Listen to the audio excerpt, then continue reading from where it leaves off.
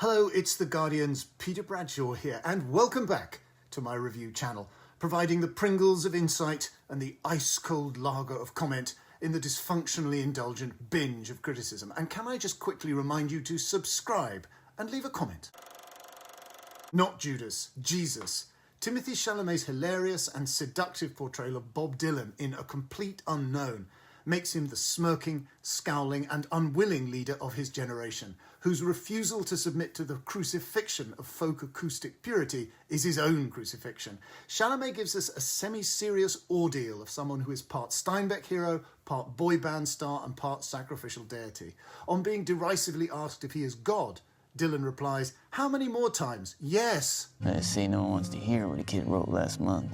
Well, I like your songs. Where the winds hit heavy on the borderline. Who wrote this? He did. Remember me. How about that Joan Baez, folks? Well, she's pretty. Sings pretty. Maybe a little too pretty. Your songs are like an oil painting at the dentist's office. You're kind of an asshole, Bob. If you go with snowflake storm, where the rivers freeze and summer ends. For anyone who's gonna hold your attention on stage, you have to kind of be a freak. Yeah, you can be beautiful or you can be ugly, but you can't be plain. To keep her from the howling winds. When's the new album out? Soon. 200 people in that room, and each one wants me to be somebody else. And they should just let me be. Let you be what? Whatever it is they don't want me to be.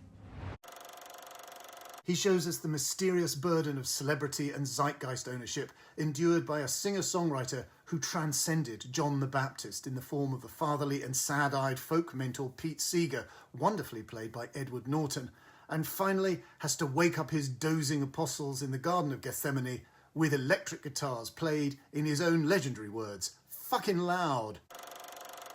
James Mangold's biopic, co-scripted by him and Jay Cox, is based on Elijah Walt's 2015 book Dylan Goes Electric, Newport, Seeger, Dylan and the Night That Split the 60s. And it's the story of Bob Dylan's musical and personal adventures in the first half of the decade, as he electrified the world of folk in, quite simply, every sense. Carried onwards and upwards by the folk movement, appreciative of his poetic talents, but he was dissatisfied with what he saw as folk's regressive, museum-oriented placidity, and Dylan is shown here not engaging explicitly with its socialist traditions. He is yearning for the new modern energy of rock and roll as the musical form which he has to master if it is not to surpass him. Elle Fanning is gentle and sensible as Dylan's first girlfriend in New York, Sylvie Russo, based on Suze Rutolo, who appeared with him walking arm in arm through New York's Greenwich Village on the cover of the freewheeling Bob Dylan. Monica Barbaro is an elegant Joan Baez with whom Dylan ungallantly cheats on Sylvia and whose lovely, if trillingly cultured soprano voice is described by Dylan as maybe too beautiful, but whom he semi-graciously allows to cover his famous songs like Blowin' in the Wind and even appear with him on stage, perhaps sensing that her more emollient mainstream presence will accelerate his own success. Edward Norton is the gentle, wise Pete Seeger who gives Dylan his big break and is deeply upset by Dylan's sullen, mutinous rejection of purist folk at his beloved Newport Folk Festival. Boyd Holbrook plays Johnny Cash, whose country stylings and unself-conscious stage power is a spur to Dylan. Cash, of course, being played as a far more complex and muted figure by Joaquin Phoenix in Mangold's earlier Walk the Line. And Scoot McNairy has a recurring thankless cameo as the totemic Woody Guthrie, stricken with Parkinson's, to whom Dylan sings at his hospital bedside. Chalamet is a hypnotic Dylan, performing the tracks himself and fabricating to a really impressive degree that stoner hungover bird song. He does a very passable version of Don't Think Twice, with the distinctive eccentric intonations, singing as if he's not entirely sure of the tune and appearing to run out of breath at the end of every line. Chalamet is good at Dylan's insolent comedy in art as in life, puckish, witty, insufferable and yet wounded, someone whose habit of wearing dark glasses indoors gets him beaten up. How did he get to sing and talk like that? How did Robert Zimmerman from Minnesota get to sound more raw and less intelligible than either Seeger or Guthrie. His claim to have learned guitar chords from cowboys at carnivals deeply irritates Joan Baez, who says he's full of shit. But Mangold and Chalamet show his vocation lies in self-invention and reinvention, the shape-shifting which needs troubadour comedy as a cover and which brings him to folk and then, footloose, onto something else. In real life, the shout of Judas from an audience enraged by his electric guitars was recorded at the Free Trade Hall in Manchester, but this film transfers that to the Newport Folk Festival. In fact, the film is very wary of acknowledging the importance or even the existence of the British wave. The Beatles are dismissed with hardly more emphasis than Donovan, and their 1964 meeting with Dylan, at which he's supposed to have introduced them to weed, is in fact not shown here at all, perhaps because the film only has room for one musical divinity. To impersonate Bob Dylan is a near impossible job, and this movie itself risks the Judas response from the connoisseur fan base. Todd Haynes, in his I'm Not There from 2007, split Dylan into a number of different enigmatic personae, featuring Cate Blanchett's hilarious turn, and the Coens approached Dylan with their own indirection in Inside Llewyn Davis from 2013, with Oscar Isaac as the failing not Dylan folk musician in the same period, doomed to obscurity. No fictionalised Dylan is going to match the real thing from documentarist D.A. Pennebaker's Don't Look Back. Chalamet is somehow a more approachable and simply more present figure than the real thing.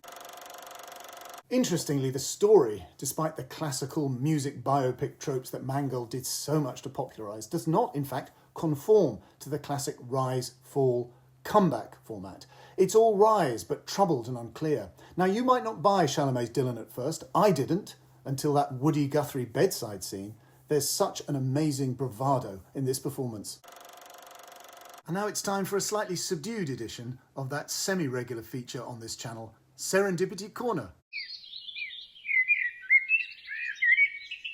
This week saw the saddest of events, the death of Tony Slattery, the brilliant improv comedian, star of the TV show Whose Line Is It Anyway in the 80s and early 90s, an award winner for his stage performances, and a member of the golden Cambridge Footlights generation that included Emma Thompson, Hugh Laurie and Stephen Fry. I myself overlapped a little with him at university, and it's no exaggeration to say that Tony and Tilda Swinton were the Cambridge student megastars of that time, and I thought that he was an amazing comic turn. Slattery died at 65 of a heart attack, poignantly despite having made recent progress with his health issues, and he himself had spoken courageously about his struggles with depression and addiction, particularly to cocaine, which has such a catastrophic long-term effect on cardiac health. Tony Slattery never made much of an impact in the movies, despite appearing in The Crying Game, and perhaps cinema was where he might have developed a serious performing side. But one film where he did have a prominent supporting role, which matched his revue comedy background, was the now very unfashionable Peter's Friends from 1992, co-written by Rita Rudner and Martin Bergman, and directed by Kenneth Branagh, about a collection of Cambridge University chums reunited for their first time in their 30s at the palatial home of their posh pal Peter, played by Stephen Fry, brought together in midlife angst to ponder success, failure, love, life, death. You can stream it for nothing right now on YouTube.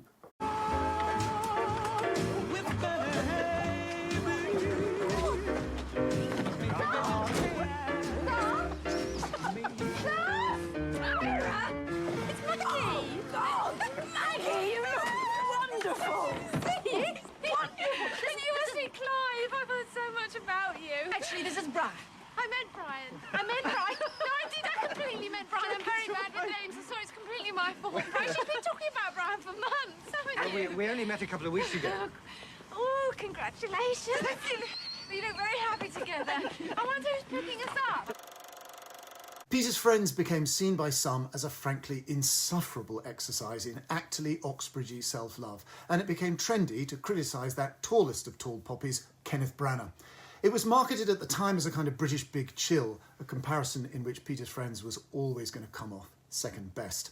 In fact, Peter's Friends isn't as bad as all that. The opening sequence in which Peter and his friends perform a cringeworthy, though actually of course amazingly accomplished, can-can-style revue musical number for his father and his grumpy old dinner-jacketed friends as an after-dinner entertainment is almost Bunwellian in its horror, and Hugh Laurie and Imelda Staunton are both very good. And this certainly paved the way for Richard Curtis, who got the formula right in the way Peter's Friends really didn't, with his 4 weddings, with James Fleet in Fry's posh role and central rom-com persona for Hugh Grant and Andie MacDowell. And just 3 years later, Emma Thompson began her own Hollywood career with Sense and Sensibility. It all started, arguably, with Peter's Friends.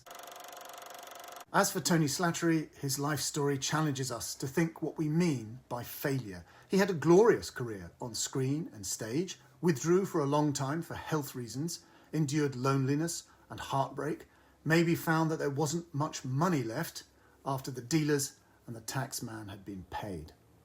But then he returned in later life to find out that he was loved. It sounds like success. And that's it. Please give this vlog a like and a share. Please hit the subscribe button with a savage force, preferably with an animal cry of profound affirmation. And also do the same thing with the Buy Now button on Amazon once you have looked up my new book, The Body in the Mobile Library and Other Stories. Details are given below. See you next time.